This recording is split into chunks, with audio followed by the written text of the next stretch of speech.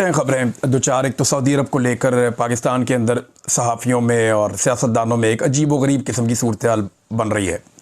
पाकिस्तान तहरीक इंसाफ का इसमें क्या मौक़िफ़ होना चाहिए या अपोजिशन इस पर क्या स्टांस लेगी, वो भी मैं आपको बताता हूँ। लेकिन पहले इमरान खान साहब ने जब से वो जेल गए हैं, पहली मरतबा उन्होंने आसिम मुनीर साहब पे कुछ इल्ज़ामात अब बराह रास्त लगाए और उन्होंने कहा कि ये आसिम मुनीर साहब ने किया है। इससे पहले इमरान खान साहब जब भी बात करते थे तो वो गोल बात करते थे, वो एक मार्जिन रखते थे।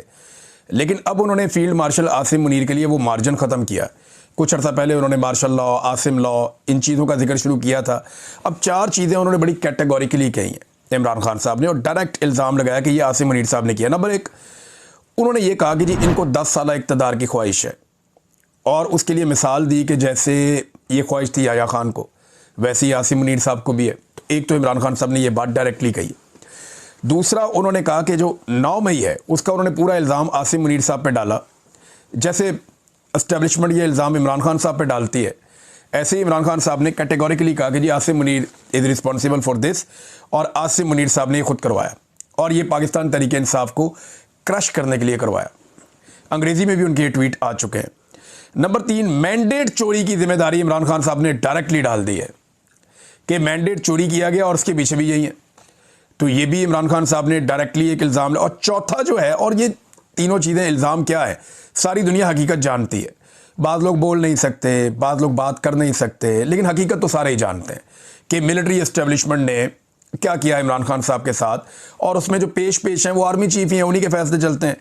नंबर 4 जो है, फ़ौज को ज़ाती मकसद के लिए इस्तेमाल करना। ये इमरान खान साहब ने बड़ा अहम नुक्ता उठाया कि फ़ौज के कंधे को इस्तेमाल किया जाता है ज़ाती ख्वाहिशात की तकमील के लिए, अपने इक़्तिदार को लंबा करने के लिए। और ये याया खान ने भी किया था। तो इमरान खान साहब ने वो एग्जाम्पल्स कोट की हैं और उनके ट्वीट के अंदर ये चीज़ें बड़ी वजाहत के साथ सिंपल करके उन्होंने सामने रख दी। तो ये पहली बार इमरान खान साहब इतना क्लियरली आ रहे हैं आसिम मुनीर साहब के बारे में। तो क्या इमरान खान साहब जेल से एक फ़ाइनल राउंड शुरू कर चुके हैं? ना सिर्फ आसिम मुनीर को वादे पैगाम दिया इमरान खान साहब ने, बल्कि chief justice Pakistan justice Yahya Afridi के लिए भी एक लेटर लिखा, जो इमरान खान साहब की बहन अलीमा खान लेकर निकली और उन्होंने कोशिश की सुप्रीम कोर्ट में कि वो चीफ जस्टिस के चैम्बर में जाएं और जाकर वो लेटर चीफ जस्टिस के हवाले करें। लेकिन वहाँ इंतज़ामिया ने रोक दिया। उन्होंने कहा जी आप नहीं जा सकते, जब तक कि रजिस्ट्रार ऑफिस से इजाज़त नहीं मिलती आप नहीं जा सकते। उन्होंने कहा जी इमरान खान साहब का खत है। लतीफ़ खोसा साहब ने कहा जी एक साइला है, साहिल है, तो वो अगर चीफ जस्टिस के पास जाना चाहें तो आप जाने दें, वो ख़त देना उन्होंने। तो इस पर उन्हें रोक दिया गया। लेकिन ख़त मैं आपको बता देता हूँ, ये उसका उर्दू ट्रांसलेशन है जो याया अफरीदी साहब को इमरान खान साहब ने ख़त लिखा। ख़त ये है, मैं आपको सिर्फ 31 किलोमीटर के फासले से लिख रहा हूँ, मगर सुप्रीम कोर्ट के दरवाजे मेरे और मेरी अहलिया के लिए बंद हैं। 772 दिनों से ज़ायद एक 9x11 के पिंजरे नमा सेल में ज़बरदस्ती की खामोशी, तन्हाई और दुनिया से कटाव के कैद खाने में मैं मुसलसल तन्हाई की कैद का सामना कर रहा हूँ। मेरे खिलाफ 300 से ज़ायद बेसरोपा, झूठे और सियासी बुनियादों पर कायम किए गए मुकदमात खोले गए हैं। पाकिस्तान ने कभी ऐसा जुल्म नहीं देखा जो मुझ पर, मेरे ख़ानदान और दुनिया भर में मेरे हामियों पर ढाया जा रहा है। मुझे अखबारात और किताबों तक की रसाई से महरूम रखा गया है। वकला और अहले खाना से मुलाकातें एक शख्स जनरल आसिम मुनीर की ख्वाहिशात और मर्ज़ी के मुताबिक कभी कराई जाती हैं और कभी मनसूख कर दी जाती हैं। मेरे बेटों को अपने वालिद से फ़ोन पर बात करने के बुनियादी हक़ से भी महरूम कर दिया गया है। सियासी कारकुनों को मुझसे मिलने की इजाज़त बिल्कुल नहीं है। ये कैद कभी भी कानूनी नहीं रही, बल्कि ये सोचे समझे मंसूबे के तहत डाली गई नफसियाती अजियत है ताकि मेरी हिम्मत तोड़ी जा सके और मेरे ज़रिए 25 करोड़ पाकिस्तानियों के हौसले को कुचला जा सके। ये आइन, कानून की हुक्मरानी और मेरे प्यारे वतन पाकिस्तान के जमहूरी मुस्तकबिल पर एक मुस्तकिल हमला है। मेरी अहलिया बुशरा बीबी एक कर्नल के हुक्म पर गैर इंसानी और तौहीन आमेज़ सलूक का शिकार है, वो भी तन्हाई की कैद में है। इनका इलाज रोक दिया गया है, उन्हें टीवी या किताबों तक रसाई नहीं दी जा रही, ना ही बैरूनी दुनिया से कोई ताल्लुक़ रखने दिया जाता है। उनकी सेहत मुसलसल बिगड़ रही है, लेकिन उनके डॉक्टर को मुआयने और इलाज की इजाज़त नहीं दी जा रही।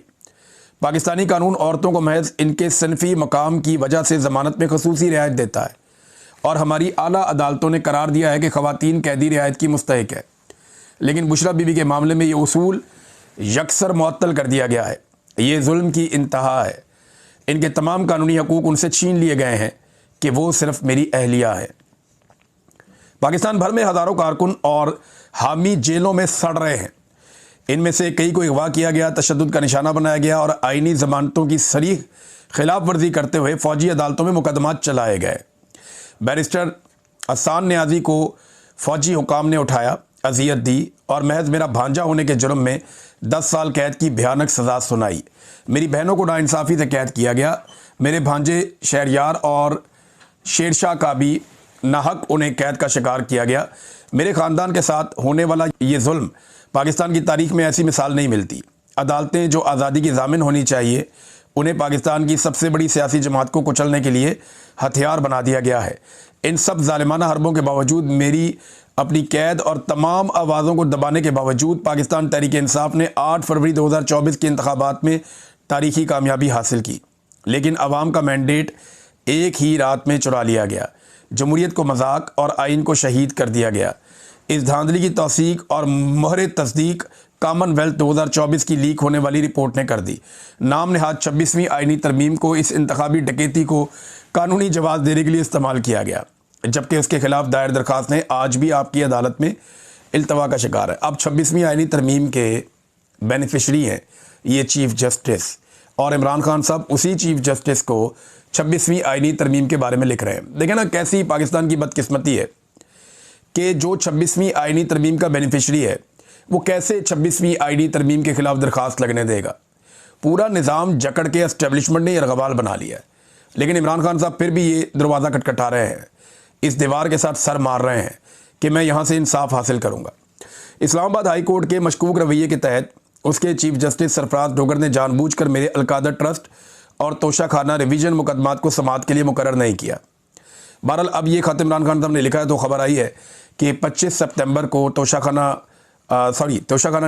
वाला बाद में होगा, लेकिन क्योंकि उसकी वो चाहते हैं इमरान खान साहब के वो केस लगे और नीचे से वो उनको इंसाफ मिले। लेकिन जो अलकादर यूनिवर्सिटी वाला केस है वहाँ तो वो सज़ा की मुअत्तली चाहते हैं। अलकादर यूनिवर्सिटी वाले केस में उनको ज़मानत मिल सकती है। अगर उन्हें ज़मानत मिल गई तो इमरान खान साहब फौरी तौर पर रिहा हो सकते हैं। लेकिन देखिए तरीका वारदात क्या है कि अलकादर वाला केस तब सुना जाएगा जब तोशाखाना 2 के अंदर सज़ा हो जाएगी। जब तोशाखाना 2 में सज़ा हो जाएगी फिर अलकादर केस सुना जाएगा।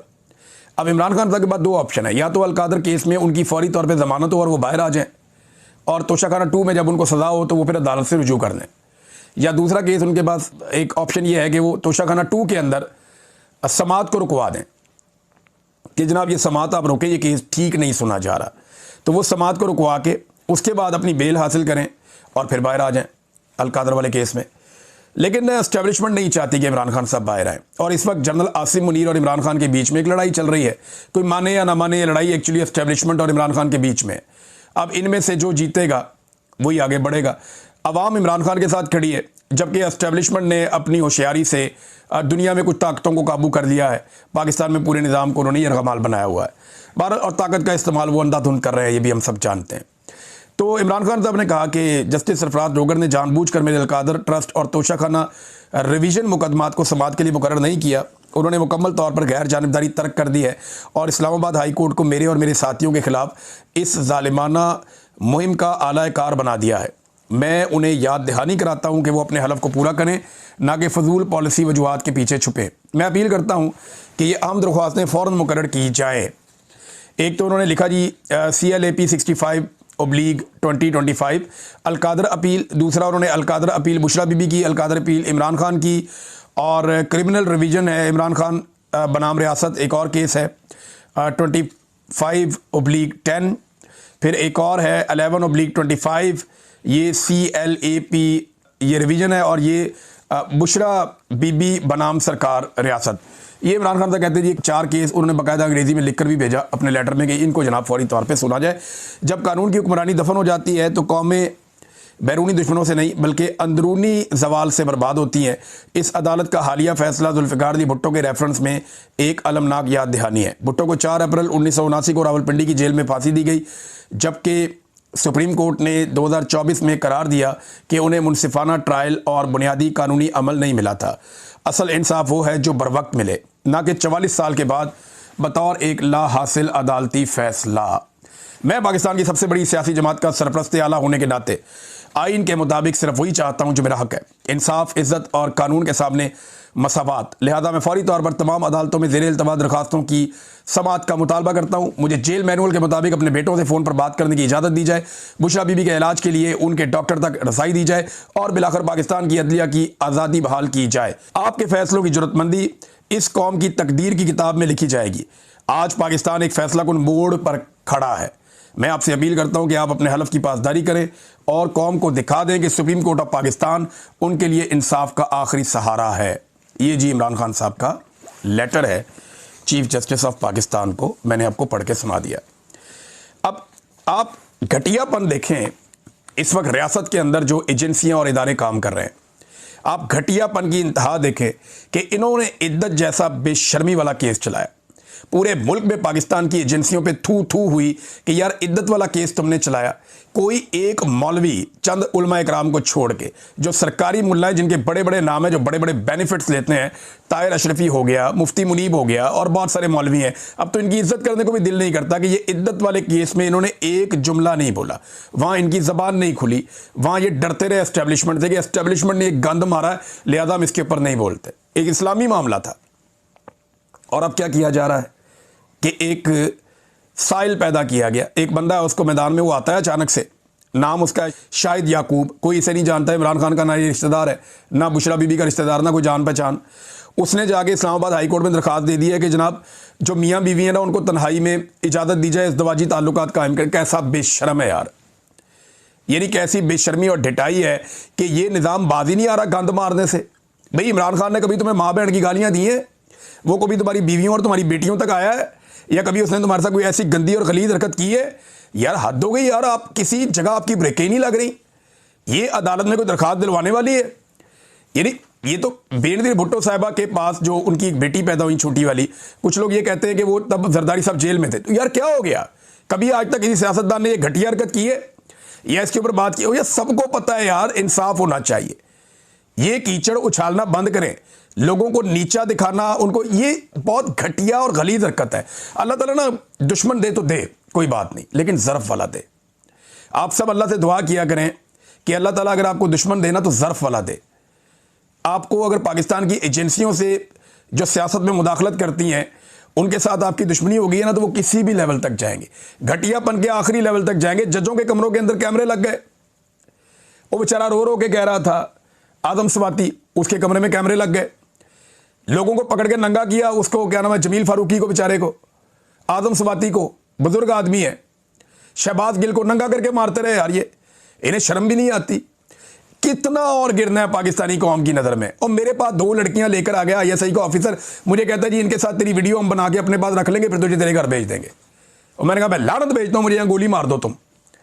ये इस लेवल तक गिर जाता है निज़ाम। अब ये घटिया हरकत की है, करवाई गई है। अब इसका क्या ताल्लुक है इमरान खान से? बहुत ही अफसोसनाक है और बाज़ औक़ात तो यकीन नहीं आता कि ये निज़ाम इस लेवल तक नीचे गिर जाएगा।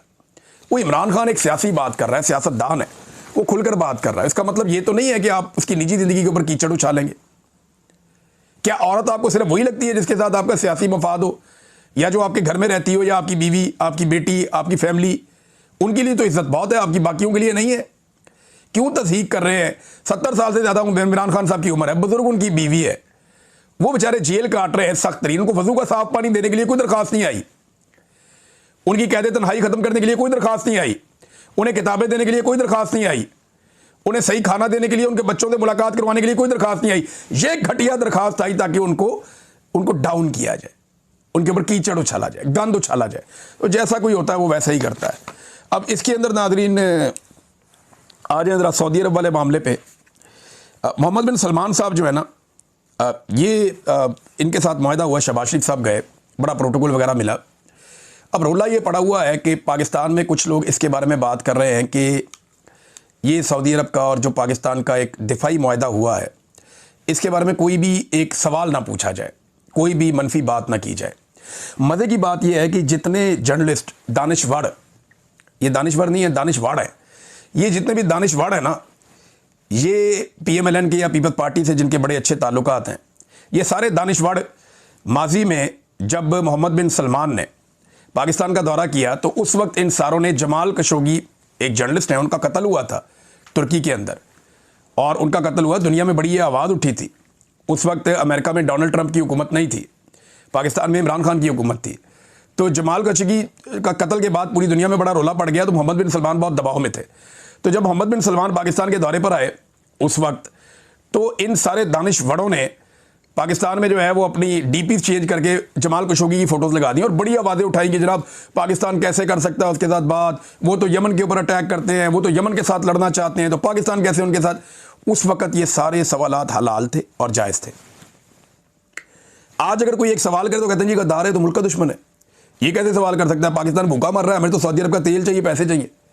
भाई सिंपल करते हैं ज़रा इसको ज़रा सिंपल करते हैं और आपके सामने रखते हैं और उसूल की बात करते हैं। ये जो हरमैन शरीफैन है ना, मदीना और मक्का, क्या ये ख़तरे में है? पहला सवाल ये है। और अगर ये ख़तरे में है तो किससे ख़तरे में है? दूसरा सवाल ये है, क्या इनके ऊपर खुदा न खास्ता कोई हमला होने वाला है? तो पूरी दुनिया के मुसलमानों की ये जिम्मेदारी है और इन पर हमला मुसलमान नहीं होने देंगे। चाहे तुर्की है, चाहे मगरब में रहने वाले मुसलमान हैं, चाहे अफ्रीकन कंट्रीज़ में मुसलमान ममालिक हैं, बहुत सारे वहाँ पे मुसलमान लोग रहते हैं, एशिया में बहुत सारे मुसलमान मुल्क हैं, सेंट्रल एशिया में हैं। तो ये तमाम कभी भी नहीं चाहेंगे कि ऐसी कोई हरकत हो। गल्फ़ के अंदर भी सारे इकट्ठे हो जाएंगे। अल्लामा इकबाल ने कहा था कि एक हो मुस्लिम हरम की पासबानी के लिए, नील के साहिल से लेकर ताबगा के काशगर, कि नील से लेकर काशगर तक सारे मुसलमान इकट्ठे हो जाए हरम की पासबानी के लिए, उसकी हिफाजत के लिए। तो ये तो एक सेट पैटर्न है, मुसलमान कभी ये नहीं होने देंगे। तो किससे ख़तरा है? क्या इसराइल से ख़तरा है? क्या मुसलमान ममालिक मिलकर इसराइल को जवाब देने वाले हैं? तो मेरी अंडरस्टैंडिंग के मुताबिक नहीं। क्या सऊदी अरब को इसराइल से बचाना है या यमन से लड़ना है? ये दो सवालात हैं। देखिए 2015 में जब सऊदी अरब ने पाकिस्तान से रब्ता किया, वो पाकिस्तान बहुत करीब पहुंच गया था इन मामलात के। एस्टेब्लिशमेंट उस वक्त भी चाहती थी कि सऊदी अरब के साथ एक दिफाई मुआहदा किया जाए और पाकिस्तान यमन के खिलाफ सऊदी अरब के साथ खड़ा हो जाए। तो उस वक्त पार्लियामेंट ने इसको मना कर दिया था। तब भी सऊदी अरब में बड़ी पाकिस्तानियों की गेम उठ गई थी, पाकिस्तानियों से बहुत प्यार शुरू हो गया था सऊदी अरब में, पाकिस्तानी बताते हैं उस वक्त। लेकिन फिर अचानक वो सारा मामला ख़त्म हो गया, क्योंकि पाकिस्तान की पार्लियामेंट ने कहा कि हम यमन और सऊदी अरब की लड़ाई में न्यूट्रल रहेंगे, हम इसके अंदर कोई किरदार अदा नहीं करने जा रहे। अब सवाल ये पैदा होता है कि क्या पाकिस्तान और देखिए सऊदी अरब के साथ कोई यूरोपीय मुल्क तो लड़ने वाला नहीं है, यानी पूरे यूरोप के अंदर कोई एक मुल्क भी ऐसा नहीं है जो सऊदी अरब के साथ जंग करने जा रहा हो। अमेरिका के साथ सऊदी अरब के बड़े अच्छे ताल्लुकात हैं, ऑस्ट्रेलिया के साथ भी, न्यूजीलैंड के साथ भी, जापान के साथ भी। तो इधर तो कोई जंग नहीं होने जा रही। इंडिया और चाइना के साथ भी बड़े अच्छे ताल्लुकात हैं, सेंट्रल एशिया तुर्की सबके साथ सऊदी अरब के अच्छे ताल्लुकात हैं। इसका मतलब है कि दुनिया में कोई भी एक मुल्क सऊदी अरब पे अटैक नहीं करने जा रहा। सऊदी अरब का पंगा सिर्फ दो जगह पे हो सकता है, दो या तीन जगह पे। एक, सऊदी अरब की लड़ाई हो सकती है इसराइल के साथ, अगर कभी हुई तो। 1967 के बाद तो कोई लड़ाई नहीं हुई। दूसरा, सऊदी अरब की लड़ाई यमन या ईरान के साथ हो सकती है। ये तीन जगह हैं जहां पे सऊदी अरब को खतरा हो सकता है। अगर आप सऊदी अरब का नक्शा देखें ना, तो आपको पता चल जाएगा कि यहाँ पे सऊदी अरब के इर्द गिर्द उर्दन है जो ज़मीनी रस्ते से लगते हैं। उर्दन सऊदी अरब के साथ लगता है, इराक लगता है, ओमान लगता है, यमन है, कतर है, यूएई है और कुवैत है। ये वो ममालिक हैं, 7 मुल्क जो सऊदी अरब की सरजमीन के साथ लगते हैं। सऊदी अरब की सरजमीन को 2 समंदर लगते हैं, एक गल्फ ऑफ अदन है और एक रेड सी है, बहर अहमर जिसे हम कहते हैं। ये अगर आप नक्शा देखें ना गौर से मिडल ईस्ट का, तो ये जो समंदर का पतला हिस्सा बीच में जा रहा है जिसको रेड सी आप कहते हैं, ये ऊपर जाके मिलता है इसराइल के साथ, और वहाँ पे एक छोटी सी कैनाल है जिसे स्वेज कैनाल कहते हैं। ये दुनिया की सबसे महंगी नहर है, आप समझ लें, इसलिए कि दुनिया की कनेक्टिविटी के लिए ये बहुत इंपॉर्टेंट मुकाम है। यहाँ से बहुत बड़े पैमाने पर जो शिप्स हैं वो गुजरते हैं दोनों तरफ से, बहुत बड़े पैमाने पर। दुनिया की एक बड़ी तजारती ये नहर है और ये जो स्वेज कैनाल है, यहाँ से बहुत बड़े बड़े शिप्स गुजरते हैं दोनों तरफ, और ये जो कॉस्ट है शिपमेंट की वो बहुत कम रह जाती है। यानी अगर इसको ये बंद कर दें स्वेज कैनाल को, तो दुनिया की तजारत का एक बड़ा हिस्सा रुक जाए, और वो जो तजारती एक्सपेंडिचर्स हैं या उसके ऊपर जो खर्चा होता है वो कई गुना बढ़ जाए।